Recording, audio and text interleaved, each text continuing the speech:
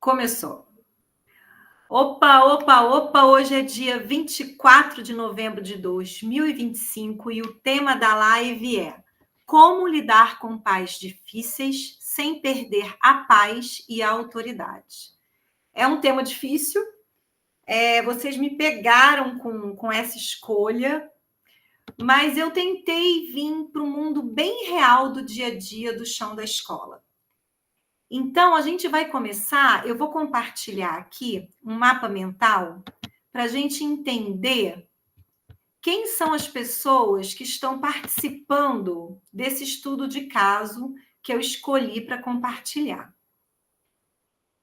Você está conseguindo ver, Dai? Tô sim. Tá ótimo. Então, vamos lá. Nós temos a Marina. A Marina, ela é juíza, ela tem 26 anos, ela é viúva, e ela se coloca como uma pessoa guerreira, autossuficiente, justiceira, e ela trabalha o dia inteiro. A Marina, ela tem uma filha, a Luana. A Luana tem 8 anos, ela estuda numa escola bilíngue, em tempo integral, e a Luana, apesar de ter uma mãe tão firme, ela é muito tímida, ela é gentil e muito dependente, ela ainda não tem muita autonomia. Nessa escola bilíngue que a Luana estuda, ela tem uma professora, que é a Miss Gabi. A Miss Gabi, ela tem 26 anos, ela é noiva, ainda não é casada, não tem filhos, e é a primeira turma dela como professora regente. Ela é muito carinhosa, mas ela é bem dinâmica, ela é rápida, ela é ativa, ela resolve logo as coisas, mas é muito carinhosa. Esse aqui é o nosso cenário desses 3 personagens, que são reais, mas óbvio, eu mudei o nome. Marina, Luana e a professora Miss Gabi, porque nas escolas bilíngues, normalmente as professoras são chamadas de Miss ou Mister. Então, eu vou contar uma história para vocês, que é a seguinte. Vamos imaginar. A professora Miss Gabi trabalhava em uma escola particular bilíngue. No retorno às aulas, no segundo semestre, logo depois das férias de julho, as crianças estavam agitadas, doidas para contar suas experiências das férias. Apesar de ser a primeira turma da Miss Gabi, ela já estava adaptada e conhecia bem as crianças e as suas famílias. Mas, claro, não era tudo um mar de rosas. 2 famílias eram bem exigentes e parecia que queriam testar a professora o tempo todo. Uma delas era a família da Luna, em que a mãe sempre questionava as notas, as tarefas, as atividades, e mesmo quando algumas questões não eram sobre a filha dela, ela intervinha, colocava sua opinião. Então, a relação sempre foi muito tensa entre a mãe da Luna e a Marina, professora. Mas era um tenso cortês. Elas mantinham uma boa relação, uma relação educada. Sempre no início da aula, a Miss Gabi fazia uma roda de conversa. Quando ela percebeu naquele dia que a aluna tinha um estojo novo, porque ela estava mostrando para todas as amigas numa felicidade imensa.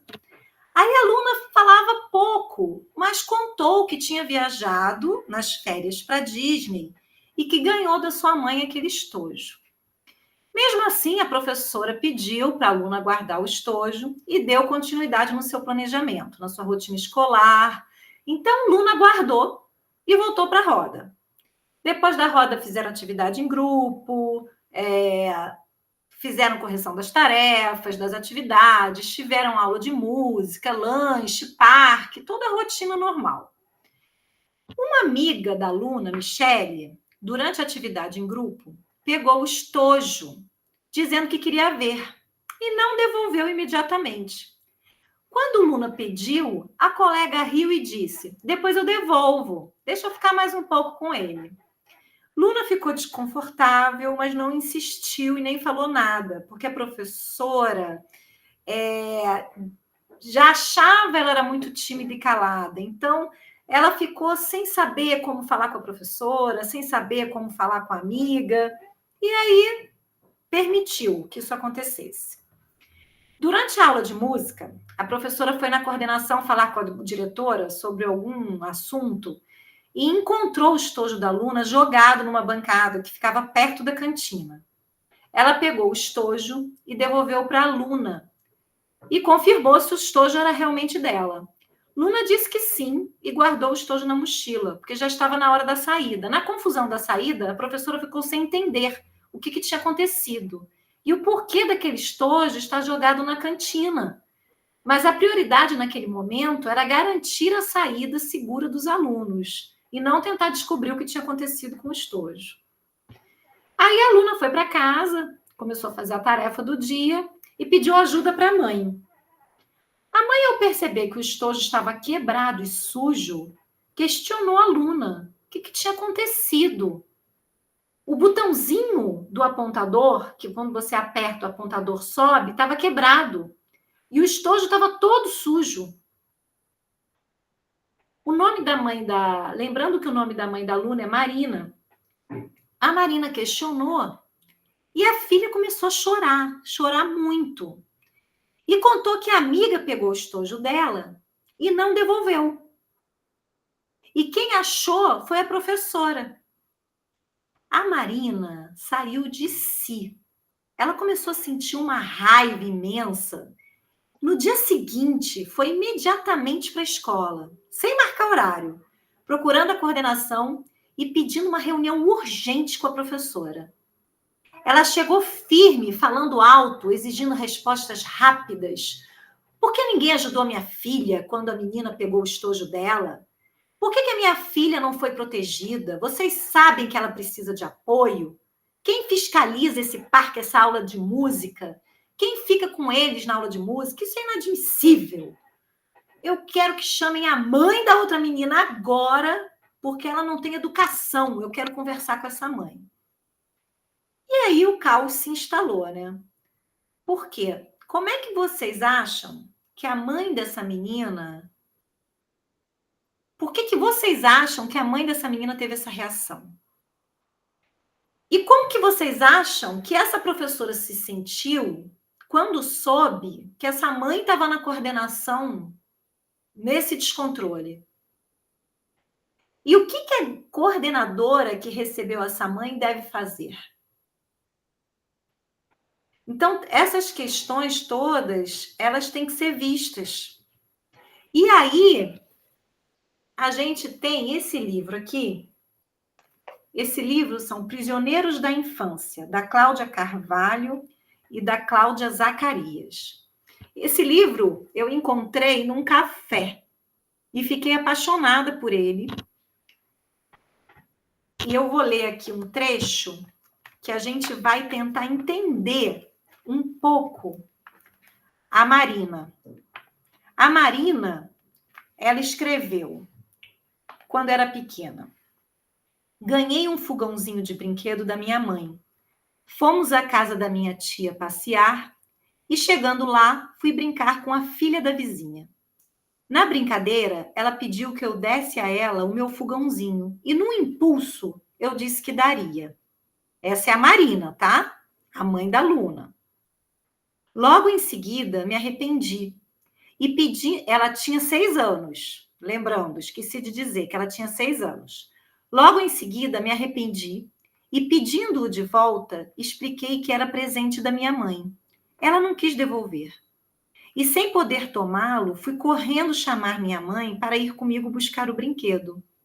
De volta à casa da vizinha, minha mãe, que estava totalmente constrangida e morrendo de medo, explicou a situação para a mãe da menina, pedindo que ela devolvesse o brinquedo.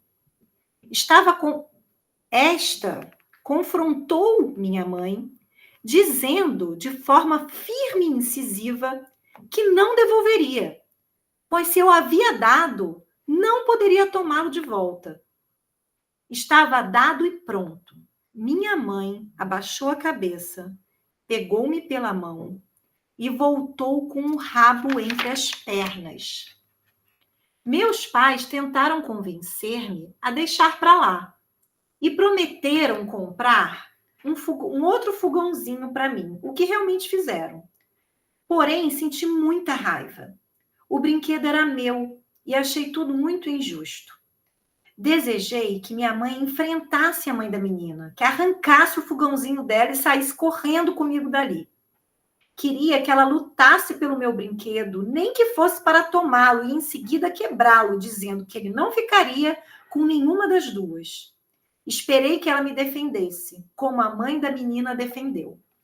Então, a partir daí, a gente consegue entender um pouco melhor a reação da Marina. Não justifica, mas a gente entende que a Marina, ela tem, segundo o livro, um padrão de sobrevivência adotado a partir de uma vivência da infância dela.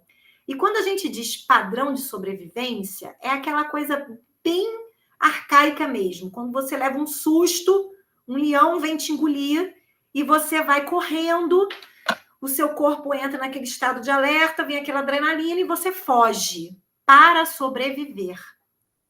Então, a mãe da Marina, para sobreviver à vida, ela entendeu que ela tem que ser guerreira, que ela tem que ser autossuficiente, que ela tem que ser justiceira, porque ela entendeu, ela criou na cabeça dela, a partir desse momento que ela passou, que o mundo é dos fortes e que eles ganham sempre. E os fracos estão desprotegidos. Eles serão atacados e sofrerão injustiças. Então, diante dessa falta de ação materna que ela sentiu, que ela esperava, ela se sentiu desprotegida. E quem ela admirou? A mãe da menina. A mãe da menina que falou, não, é da minha filha e pronto. Imagina que os pais nunca poderiam imaginar que iam causar isso na filha, porque isso é realmente incontrolável. Mas o que acontece quando você tem uma situação de pais difíceis? A gente tem que entender que tem coisas ali subjetivas que nós não vamos alcançar. E que não é sobre nós, professores, nem escola. Então, aquela mãe acredita que o fraco é engolido. Ela acredita que se ela não lutar pela filha dela, a filha dela vai sofrer. E ela precisa impedir que a filha sinta o mesmo. É um modo de sobrevivência. Por isso que ela chegou na escola daquele jeito, porque ela tinha que salvar a filha dela. É claro que para mim, que não tenho esse gatilho, eu não teria essa reação. Os meus gatilhos são outros, não quer dizer que eu não tenha.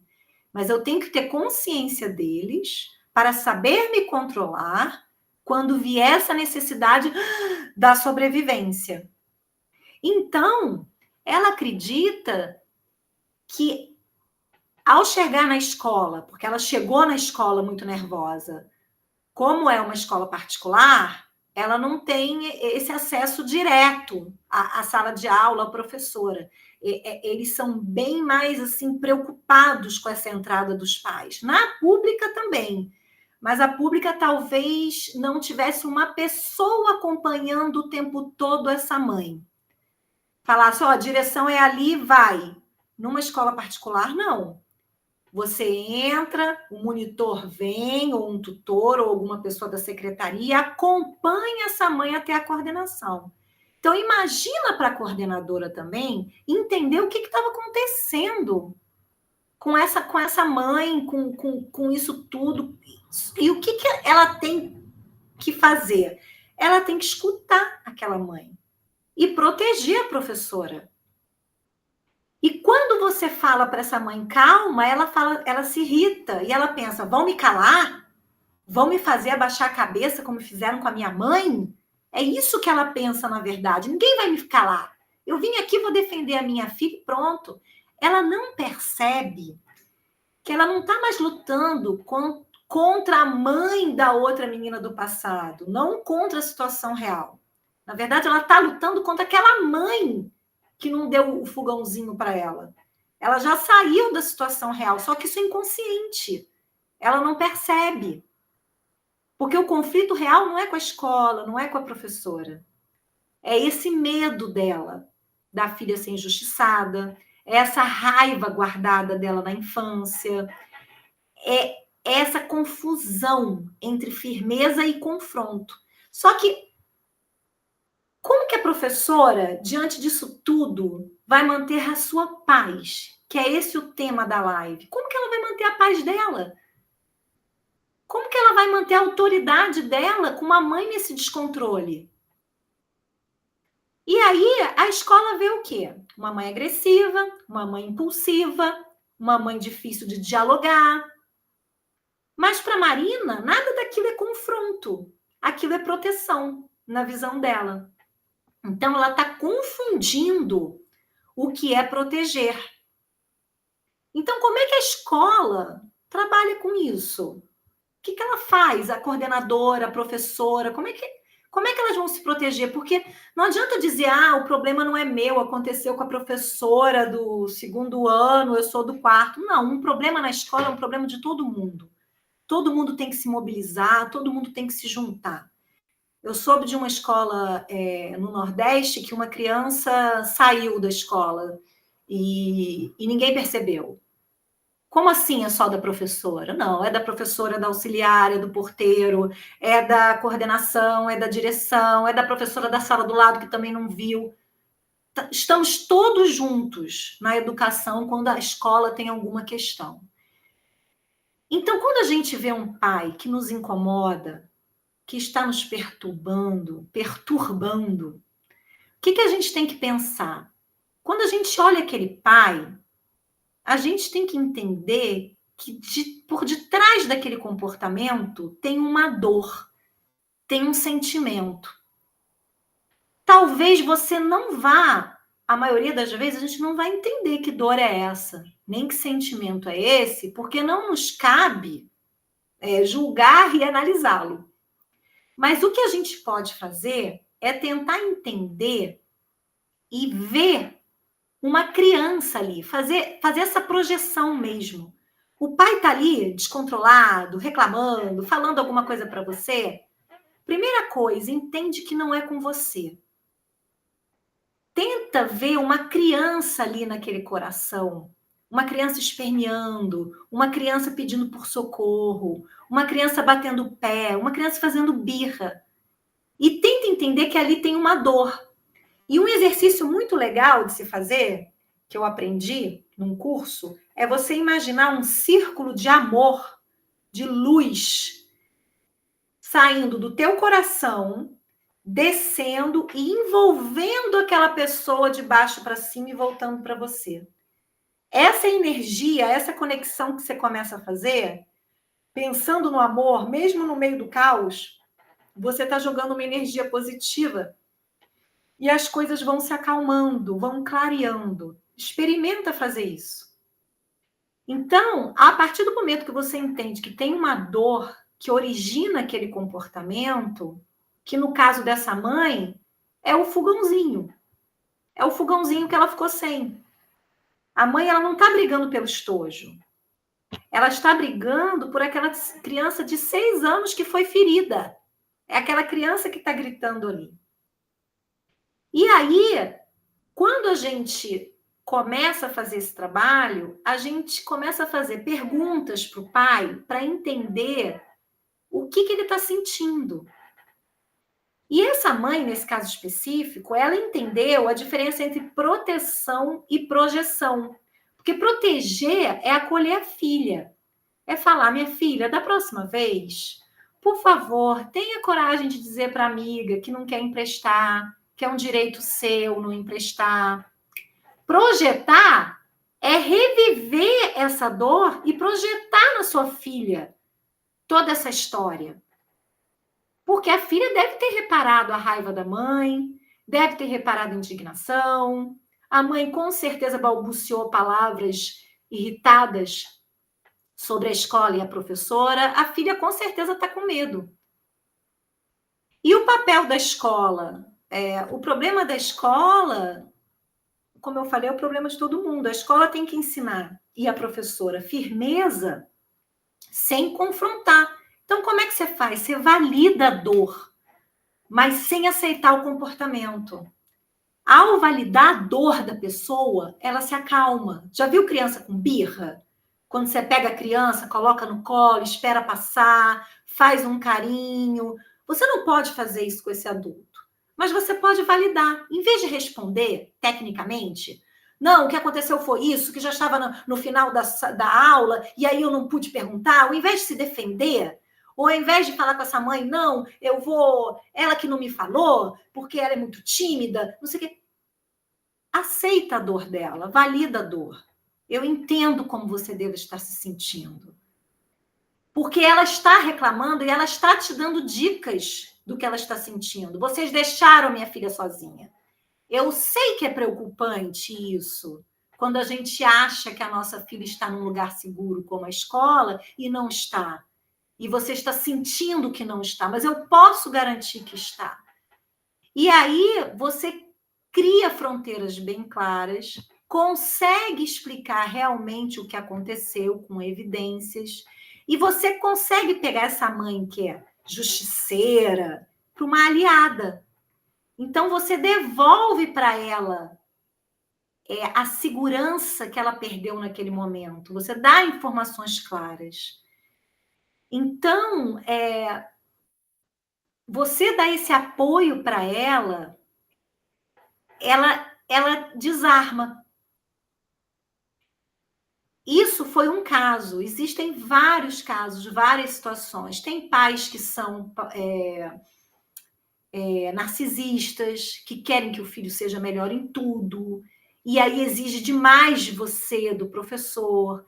Tem vários casos. Tem até um caso parecido com esse, que foi com um brinquedo na educação infantil que eu soube. E a diretora, para proteger, era uma estagiária. Para proteger a estagiária, pediu que ela se escondesse na outra sala.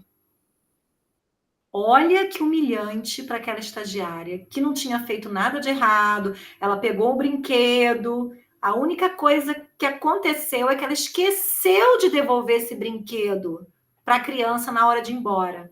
A mãe ligou para a escola, ameaçou a diretora. No dia seguinte, o que a diretora fez?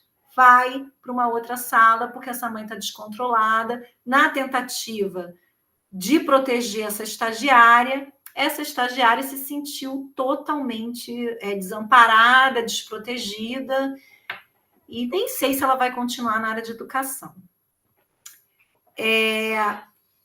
Aqui no fim do livro, tem uma parte que eu acho muito importante a gente ler,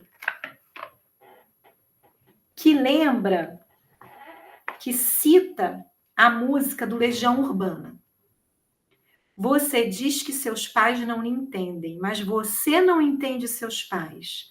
Você culpa seus pais por tudo. Isso é absurdo. São crianças como você. O que você vai ser quando você crescer?